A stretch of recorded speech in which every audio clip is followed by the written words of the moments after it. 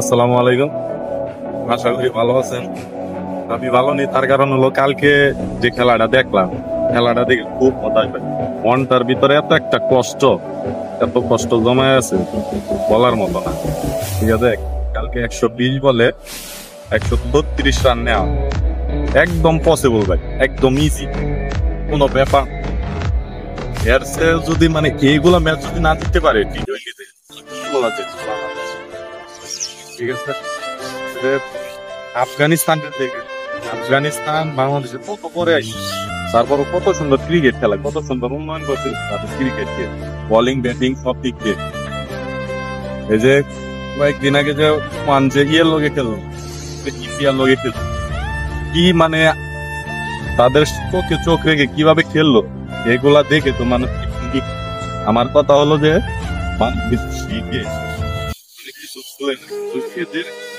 দেখে দেখে আরো ক্রিকেট তোদের ক্রিকেট খেলার দরকার নাই, তোরা এরা ইট পাড়ায় কামলাতে ইট পাড়া পাল্টে, ঠিক আছে, ধান তো কাটতে পারে তোদের, মানে তোদের কাজ এই কিন্তু মন্দির গুলা, তোদের কাজ হলো যে তোরা ক্রিকেট খেলবি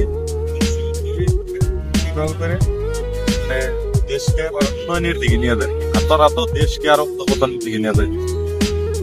এগুলো কোনো খেলার পর্যায়ে পড়ে উভয়ে এত দর্শক, এত মানে সারাদিন কাজ করে তাদের খেলা দেখতে গেছে, আনন্দ করবো, উপভোগ করবো, সেটা ফাইনালে তো বাংলাদেশ, এটাই তাদের ইচ্ছা, কিন্তু তাদের ইচ্ছা কি বলি হতাশ করে দিই। আজকে আমি এই যত ভিডিও গুলা দেখলাম, ভিডিও দেখতে দেখতে আমি যদি আমার চোখে পানি যে একটা গতি মনের ভিতরে এত কষ্ট লুকায়, আমার চোখে পানি আসে। চোখে পানি আসলে বই যদি থেকে বলবো যে কি হয়েছে, কোন মেয়ের লগে মানে কান্দ, এটাও সমস্যা ভাই। চাপায় রাখি বুকের ভিতর কষ্ট গুলা প্রকাশ করি, তাদের খেলা শুধুমাত্র তাদের খেলার জন্য, মানে এই রাত দিন খেলা দেখতা, দেশ খেলা সারাদিন না খেয়ে দেখ, তাদের যে খেলার অবস্থা বলার মতো। এত বোলিং এরা এত সুন্দর পারফরমেন্স ধরে 132 রানের ভিতর আটকে দিল।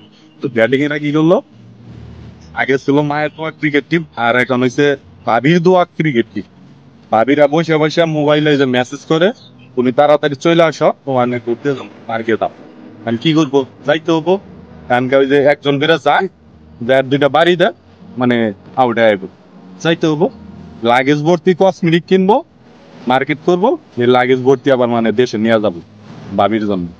ঠিক আছে, এইরকম একটা সিচুয়েশন। আমার মতে তাদেরকে একদম 6 মাসের বেতন বন্ধ করে দেওয়া হোক, যারা শুধু পারফরমেন্স করবো, ভালো খেলবো, তাদেরকে বেতন দেবো।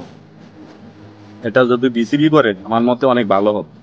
একদম যারাই পারফরমেন্স করবো তাদেরই বেতন দেওয়া হবে, এটা একটা সিদ্ধান্ত নেওয়া দরকার। ঠিক আছে, বাংলাদেশের 18 কোটি মানুষের স্বপ্ন একবার শেষ করে দিতে কালকে নাজমুল হোসেন পাপন যে বলছে যে আমাদের টার্গেট নেক্সট, এই নেক্সট নেক্সট করতে এখনো নেক্সট ইয়ার রেডি, নেক্সট আর শেষ হবে। এতে কালকে ওপেনিং নামাইছে সাইফ হাসান, ঠিক আছে ও ভালো খেলছে, ওর কথা, কারণ সব ম্যাচে এক প্লেয়ার ভালো করে না, তারপরে ভালো খেলছে। পারভেজ হোসেন ইমন কি জন্য ওরে সিলেক্ট করছে নির্বাচকরা আমার মাথায় ধরেন, মানে ওদের কথা চিন্তা করতে করতে আমার চাপ নীল খাইতে হয়, তার মাথা নষ্ট হয়ে যায়। জাকির আলী অনেক জীবনে ক্যাপ্টেন্সি করে না, ওরে ক্যাপ্টেন্সি, তারপরে কি সারাদিন মানে কুইংগাম চাবা, দেখা যায় এলো কাইলা পাঠা, মানে গেইলের ভাব লইছে। ঠিক আছে, বল বাড়িতে একদম খেলা হলো 10 বল না 9 বল খেলা 5 রান করছে, এটা হলো T20 প্লেয়ার। ঠিক আছে, নুরুল হাসান সোহান, ঠিক আছে অনেকদিন পরে আইছে, তারপরও মানে অত চোখে টপ না দিলে আমার সমস্যা হয়ে থাকে। শেখ মেহেদি একটা, এগুলো বানাইছে অলরাউন্ডার। এই বিসিবি চোখে কি পড়ে না আর কোনো ভালো প্লেয়ার নাই বাংলাদেশের? অবশ্যই আছে। ঠিক আছে, তারপরে এই যে তৌহিদ হৃদয় একটা, সারাদিন সবজি খায়, সবজি খাইতে এদের শরীরের এমন অবস্থা বানাইছে, 6 মাস পরে একটা ম্যাচ ভালো খেলবো, আবার মনে হয় যে 12 মাস ক্রিকেট খেলায় যাবো, এই একটা মানে সিস্টেম করে রাখে আর। ঠিক আছে, মানে এই যে দুবাই যে প্রবাসী ভাইরা যে এত কষ্ট কইরা যে মানে কাজ কইরা তারপরে খেলা দেখতে গেছে, এত টাকা খরচ কইরা, মানে বিসিবির উচিত এখন তাদের টাকাগুলো ফেরত দেওয়া। ঠিক আছে, রাত দিন 24 ঘন্টা কষ্ট করে কাজ করে তাদের খেলা দেখতে গেছে, হুমন্দির পোলারা যে মানে আমাদের দর্শকরা যে মানে আসলে আমাদের সরম লজ্জা, বিশেষ করে আমার কথাই বলি, আমার লজ্জা। কারণ কি রে, আমি মানে বলি যে তাদের খেলা কোনো দেখবো না।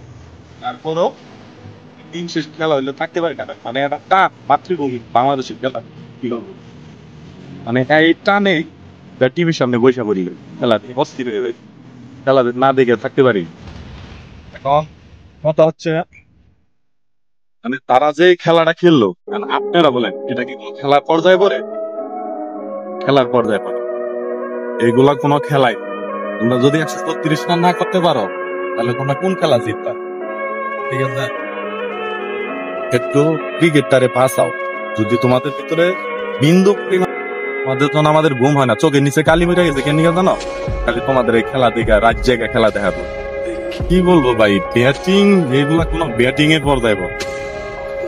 মানে আজকে যত ভিডিওতে দেখছি, সব মানুষের এমন কষ্ট ভিতরে, কষ্ট নিয়ে ভিডিও গুলা করছে, প্রকাশন চোখে পানি আসে অটোমেটিক খেলাগুলা দেখে।